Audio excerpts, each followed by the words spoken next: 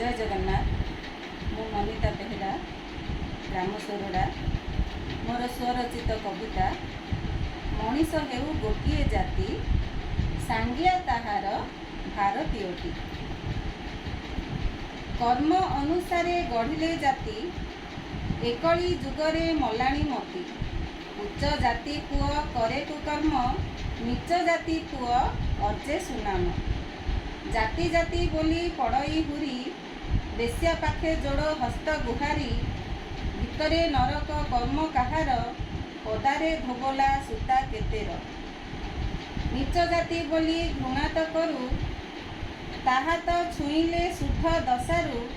नीच बोली आउ कि जाति अछि, सर्वजाति राष्ट्र सेवा करुछि। नीच जाति आजी मालिक एठी, उच्च जाति ताठे पड़ई बेठी।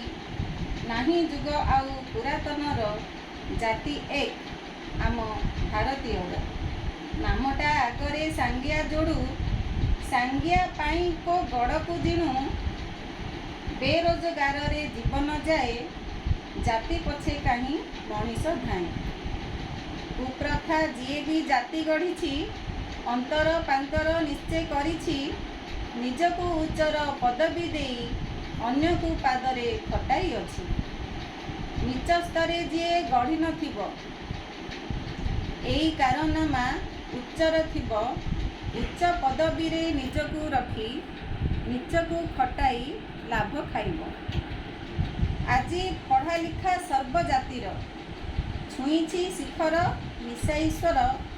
केही कम नुह करना भेद, भारतीय आमे एकई पद।